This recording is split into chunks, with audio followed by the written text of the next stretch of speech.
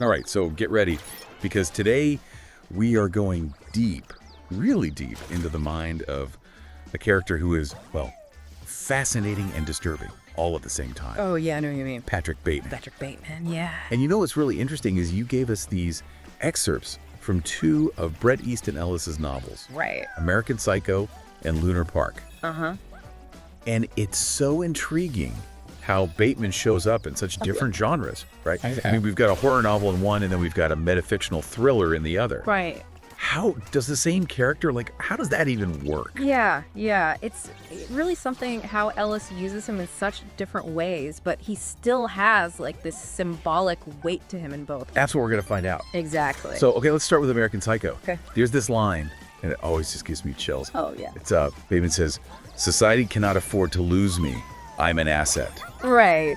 And he says this after he's just casually listing all these gruesome news headlines, murders, accidents, Of course. and then mentioning, oh yeah, and I saw this many homeless people today. Yeah. It's chilling, how he blends the everyday stuff Yeah. with this horrific stuff. It's such a perfect example of how Ellis just gets into Bateman's head. It just shows how narcissistic and delusional he is. I mean, Bateman actually truly believes that he's essential, that society needs him. Right. Even while he's, doing these awful things. Yeah. This complete disconnect from reality, I think that's what makes him so terrifying. Yeah. Yeah. It's like he's just completely lost in his own world. Totally. This world where designer labels and brutal violence are just, they just go together. And he doesn't see anything wrong with it. There's no irony. No. The excerpt that you gave really highlights that blend.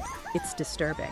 That juxtaposition, pop culture, consumerism, violence, all mixed up together.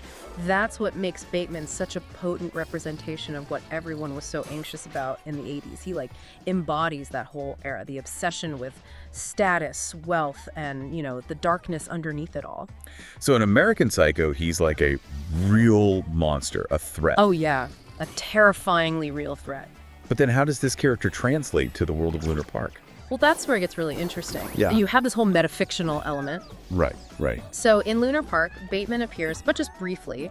He's at this Halloween party Okay. as someone's costume. What? Yeah. It's a total metafictional twist because the main character in Lunar Park is a fictional version of Bret Easton Ellis himself. Oh, that's right. Yeah. It's Ellis is messing with us, Yeah. bringing his most infamous creation into this world where you don't even know what's real and what's not. It's all blurred together, and the best part, the way that Bret Easton Ellis reacts to seeing someone dressed as Patrick Bateman, it's so telling. He hates it. It's he's totally creeped out, and it's not funny to him at all. Yeah. He's being confronted by something from his past, Yeah. a reminder of this dark thing that he created. It's like Bateman's haunting him, Exactly. even all these years after American Psycho. But it's not just Ellis he's haunting. Right. It's all of us. For readers, too.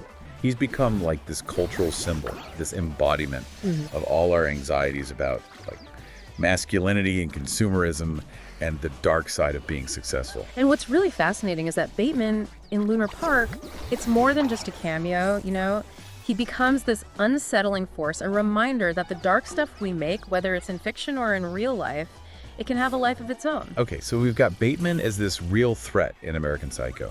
And then we've got him as this haunting presence in Lunar Park. What I'm curious about is how Ellis is using this character across these two very different books to make a bigger point. What do you think? It says something about fiction, doesn't it? It has this power, this enduring power. The stories we tell, the characters we create, they can take on their own lives, and then suddenly they're reflecting back on us in these totally unexpected ways. In American Psycho, Bateman's totally a product of his time. He's a monster born out of all the excess and anxiety of the 80s. But in Lunar Park, he's more than that. He's not just about that time. Exactly. He's symbolic. Yes. He becomes this haunting figure that represents the darkness that could be in any of us, in any time. And Lunar Park's setting itself is important. It's this perfect little suburban community, but there's something off, right? Right. There's this darkness underneath it all. It's the perfect backdrop for Bateman to show up again. It's almost as if he is the physical manifestation of all the anxieties that can fester even in those perfect places. Like the American dream, but it's a nightmare. Yes. Exactly, this idea that beneath all this normalcy, there's chaos and violence and you can't escape it. Right. And Bateman is that potential, like a reminder that the monsters, they aren't always hiding, you know? Yeah. They could be anywhere, in the hearts of normal people, in the places we think are safe, even in ourselves. So in Lunar Park, Bateman's not just a ghost from Ellis's past. He's a ghost of all our pasts, like Yeah. a symbol of this darkness that we just can't shake. And that's what makes him so unsettling in Lunar Park, right? Exactly. Like Ellis is saying, we can try to push these things down, try to bury the darkness, but it always finds a way to come back, to haunt us, to remind us that, you know, we all have the potential for evil inside us. That's pretty creepy. But it also makes me think, okay, so Lunar Park is playing with this idea of blurred reality. Could Bateman's appearances outside American Psycho mean something deeper about how fiction and the real world are connected? Wow. That's a great question, and it's one that Ellis wants us to think about. But before we get too deep into that, there's another thing about Bateman and Lunar Park that we need to look at. Okay, I'm listening. What else is there? Well, it's not just that Bateman appears in Lunar Park, it's how those appearances get more and more unsettling as the story goes on. Remember, the whole point of Lunar Park is to blur the lines between what's real and what's fake. Right. Like when Bret Easton Ellis is getting ready for the Halloween party and he keeps finding these weird things. A sombrero, a fake marijuana leaf tattoo, like someone's playing a prank on him. Yeah, and it's never said outright, but the idea is that it's Bateman. Like he's messing with Ellis's life, becoming this real presence that's both creepy and impossible to ignore. And then there's that creepy bird doll, Turby, that Ellis's stepdaughter is convinced is alive. It's this monstrous-looking thing, all black feathers and a sharp beak, like a miniature version of Bateman himself. And remember, that doll was supposed to be a gift from Ellis to his stepdaughter. It's almost as if he brought a piece of Bateman's darkness into his own family. Wait, are you saying that Bret Easton Ellis is somehow responsible for this darkness that's coming into his life? Like he brought it on himself? That's open to interpretation, and that's what makes Ellis so good, you Yeah. know? He doesn't give us the answers, he just makes us think about these uncomfortable questions. About responsibility, about what our actions lead to, and about how the darkness we create can come back and bite us. I'm definitely feeling that. But before we get too far into this, let's take a step back and think about you, the listener. Why should you care about how Patrick Bateman works in these two different books? Because it's bigger than just one character in two books, you know? It's about how powerful stories are, how the stories we hear can change how we see the world, and how fiction can show us our own fears and anxieties. It's like Ellis is showing us that what's real and what's not, that line is thinner than we think. And those monsters we make up in our heads, they can actually come into our lives sometimes. And Bateman, with all his, you know, charm and violence and just like coldness, he becomes a symbol of the dark side that we all have. In American Psycho, he's a product of his time. But in Lunar Park, he's more than that. He's something universal, something much more unsettling. So he's a reflection of the times, but also this timeless figure that speaks to the dark side of human nature. And that's something that should stay with you long after you finish these books. Absolutely. And let's not forget about that cream-colored Mercedes 450 SL in Lunar Park. Bret Easton Ellis, the character, remembers driving one when he was younger, but in the book, it's almost like a ghost.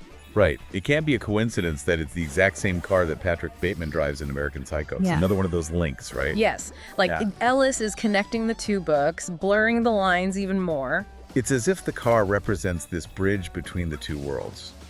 The real world of American Psycho and the weird, dreamy world of Lunar Park. Like a piece of Bateman's world crossed over into Ellis's life. And that connection to Bateman becomes even more obvious and one of the most frightening parts of Lunar Park. Ellis thinks there's someone breaking into the house. Oh, I remember that part. He grabs a gun and ends up in his stepson's room, totally freaked out. That scene is so good because it plays on that fear we all have, you know, someone breaking into your house, your family not being safe. But it's also playing with this idea of Bateman as an intruder. Yeah. This force that's invading not just the house, but their minds, their emotions. Like Bateman represents all of Ellis's anxieties. Exactly. His fears about the dark stuff he's written, the dark stuff in his own life. And it all builds up to this terrifying moment where Ellis is facing his own demons, but they're in the shape of this, like, imaginary intruder. And it comes back to this idea of being a father, which is so important in Lunar Park.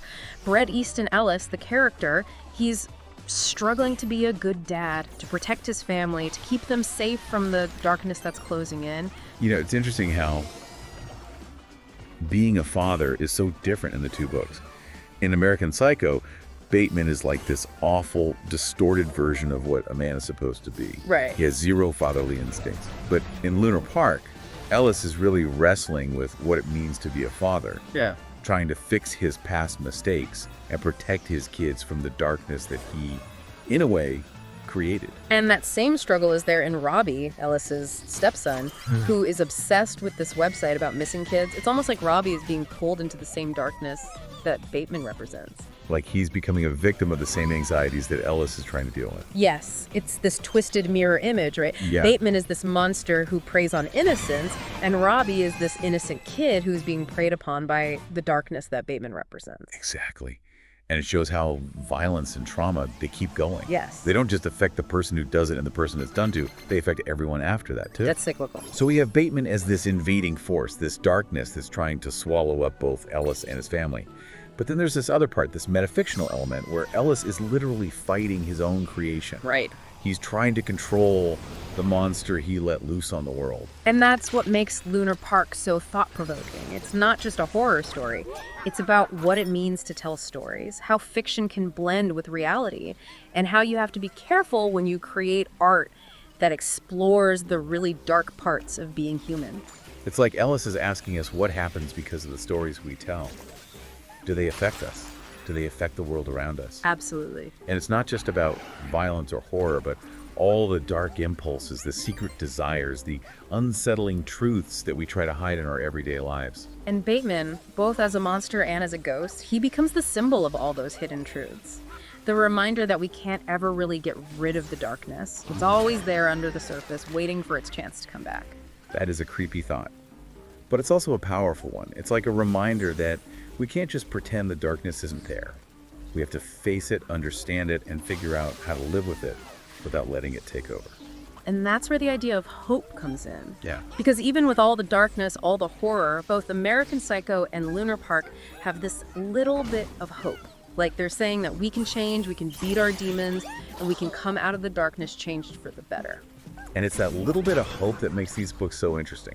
They don't give you easy answers, they don't shy away from the darkness, but they also say that even in the worst times, we can be strong, we can grow, and we can find meaning in our lives. And it's that back and forth between darkness and light that makes Ellis's writing so good. He makes us look at the hard truths about ourselves and the world, but he also gives us hope. Like even when things are really bad, we can find a way to keep going, to heal, and to find something good in our lives. Okay, so we've talked about Bateman as this invading force, this darkness, this ghost that sticks with you. But there's this thing in Lunar Park that keeps bothering me. What's that? The peeling paint on Ellis's house. It's mentioned over and over, and it seems important, but I don't get what it means. The peeling paint, that's a perfect example of how Ellis uses everyday things to make you feel uneasy. Remember, in Lunar Park, the actual house is like a reflection of what's going on inside the characters. Right. The house itself becomes like a character, showing us how messed up everyone is. So the peeling paint, it's like a visual metaphor for how things are falling apart. Yes, both within the family and in Ellis's own mind. Okay. And it's interesting that the paint is peeling to reveal pink stucco. Pink is usually about, like, being a kid, being innocent. Yeah. What do you think about that contrast? It adds another layer, doesn't it? Yeah. Maybe it's saying that underneath being a grown-up, underneath all our pretending to be sophisticated and in control, we're all still scared little kids deep down. Or maybe it's the opposite. Maybe it's saying that underneath all that childhood innocence, there's something darker hiding. Exactly. That's what's so cool about symbolism. It can mean different things to different people, and it lets you connect with the story in a deeper way. But what's important is that it adds to that unsettling feeling, that sense that things aren't what they seem. And that brings us back to Bateman. Because in both American Psycho and Lunar Park, he's like this force that messes everything up. Right. He breaks the illusion that everything's normal and makes us see the darkness that we usually try to ignore. And it's that disruption, that feeling of unease, that makes Ellis's writing so powerful and lasting. He doesn't avoid the tough questions, the dark parts of human nature. He forces us to look at the monsters inside ourselves and in the world. And by doing that, he makes us look at our own beliefs, our own values, and how we deal with the darkness that we all have inside us. It's like he's saying, we can try to build these perfect lives, these safe little bubbles, but the darkness, it'll always find a way in. It cracks the surface, reminds us that we're not as in control as we like to think. Right, right. And it's not just the paint, is it? There's this thing in Lunar Park where stuff keeps getting moved around in the house, like misplaced or changed. Yeah. Furniture's in different spots, things disappear and then come back. It feels like someone or something is playing games with him. It's like the house itself is becoming haunted.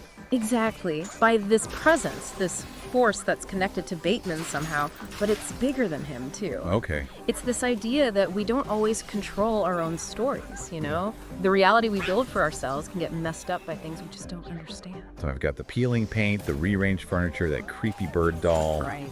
It's all building up this feeling of dread in Lunar Park. And then, of course, there's the whole mystery of the missing boys that Robbie, Ellis's stepson, is obsessed with. Oh, yeah, that's a whole other layer. And the thing is, that part of the book, it's based on real events. Ellis is using actual cases of missing children, so it blurs the line between what's made up and what's really happening in the world. It's like he's saying the darkness that Bateman represents, it's not just in a book. It's out there in the real world, too. And it can be truly horrifying. Exactly. And the fact that it's Robbie, a child, who's drawn to this darkness, it makes it even more unsettling, doesn't it? It's like he can sense something that the adults are trying to ignore or maybe even repress. It's like he's a warning sign. Yeah, like a canary in a coal mine. Something's wrong, something bad is happening, and the darkness is creeping into their lives in ways they just don't understand. And this brings us back to that idea of fatherhood, right? Okay? Ellis is failing to protect Robbie, not just from the things that might be out there, but from the darkness that's already inside him. It's like he's passing down his own fears and anxieties to the next generation. It's this cycle of trauma, the darkness being passed down. That's a chilling thought. It is. But even with all this darkness, all the ambiguity, there's a little bit of hope in Lunar Park, too. The ending, even though it leaves some questions unanswered, it feels like there's some closure, some reconciliation, even a sense of transcendence. Are you talking about the part at the end where Ellis is scattering his father's ashes in the ocean? Yes. That scene is so beautiful and sad at the same time. It feels like a turning point for him, like he's letting go of the past and moving on. Okay. And there's that line where he talks directly to his stepson, Robbie, even though he's missing. He says, "So if you should see my son, tell him I say hello, be good, that I am thinking of him and that I know he's watching over me somewhere, and not to worry, that he can always find me here whenever he wants, right here, my arms held out and waiting in the pages, behind the covers, at the end of Lunar Park." It's heartbreaking, but hopeful, too. He knows there's loss, pain, uncertainty, but he's also offering comfort. It's like he's saying, even in death, we can still connect, still love, still find peace. And the way he talks about the pages, the covers of the book, it's like Ellis is acknowledging that stories can offer comfort too, that they create a space where we can face our fears, work through our grief, and find closure, even when real life doesn't give us that. But then, right after that beautiful passage, we get, also by Bret Easton Ellis, and a list of his other books, including American Psycho, it feels so out of place, like it takes away from the hope of that last scene. That's Ellis, though, isn't it? He's reminding us that even when there's hope, even when it seems like we've risen above it all, the darkness is still there. Yeah. It's always lurking. It's like he's saying that the world is a complex and often scary place, and the stories we tell, both in our heads and in books, are always going to be tangled up with that darkness. What do we learn? What's the takeaway from all this, from looking at Patrick Bateman and these two really unsettling novels? I think it reminds us that the human mind, it's a vast and mysterious place. We all have darkness inside us, but we also have the ability to love, to hope, to become better versions of ourselves. It's like those stories we tell, both in books and in our own lives. They can change us, haunt us, and show us the deepest, darkest parts of who we are.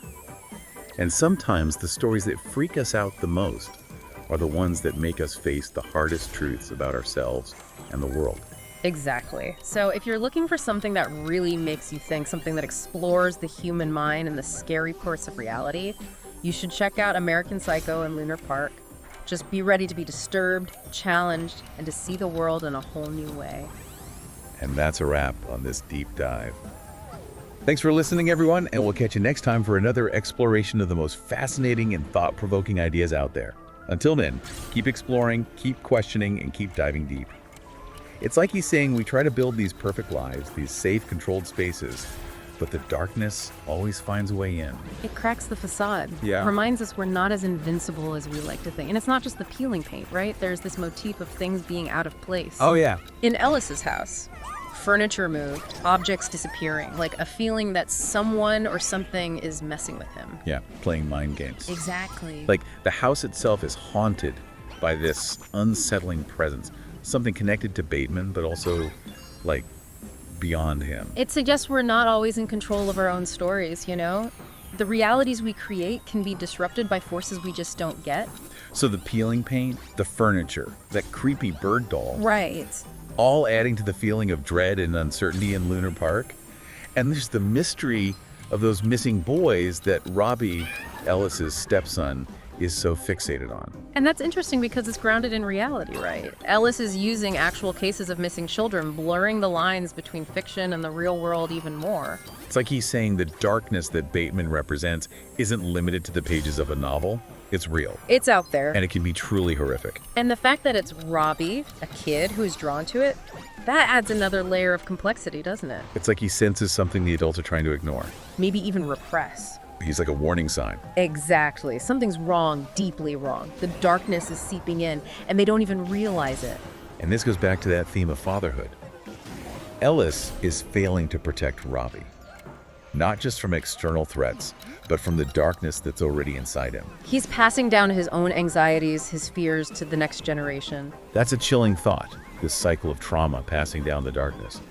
But in all this darkness, all the ambiguity, there's a glimmer of hope in Lunar Park.